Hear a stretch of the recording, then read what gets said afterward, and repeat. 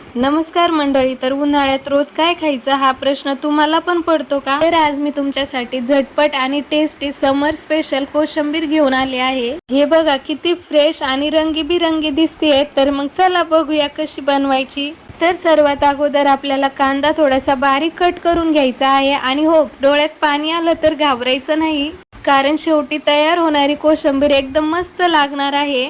त्यामुळे कांदा चिरताना थोडंसं रडावं लागेल, पण काही हरकत नाही. ही कोशिंबीर खाल्ली की सगळा मूड फ्रेश होऊन जाईल. तर कांदा थोडासा जास्तच घ्यायचा आहे, कारण कांदा पण थंड वस्तू आहे. तर आपल्या शरीरासाठी उन्हाळ्यामध्ये कांदा खाल्लेला चांगला असतो. कांदा कट झाल्यानंतर मग एक मोठ्या साईजचा टोमॅटो घेतलेला आहे आणि तो पण एकदम बारीक कट करून घ्यायचा आहे आपल्याला. टोमॅटोमुळे कोशिंबीरला एकदम फ्रेश आणि थोडीशी हलकीशी आंबट गोड चव येते.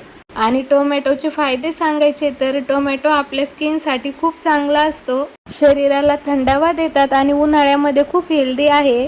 त्यानंतर आता मी बीट घेतलेला आहे. बीटमुळे कोशिंबीरला एकदम सुंदर रंग येतो आणि चवही खूप छान लागते. बीट रक्त वाढायला खूप मदत करतं.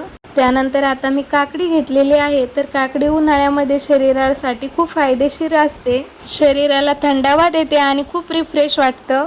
यामुळे आपल्या कोशिंबीरला एकदम क्रंची आणि फ्रेश टेस्ट येते.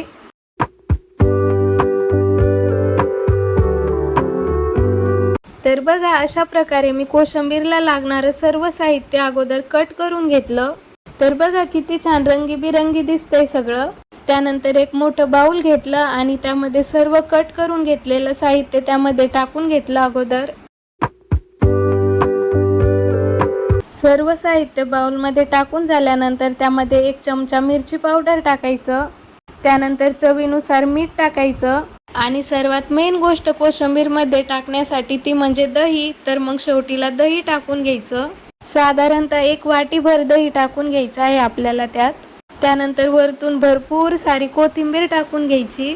आणि अगोदर हे सर्व आपल्याला चमच्याच्या मदतीने मिक्स करून घ्यायचं आहे.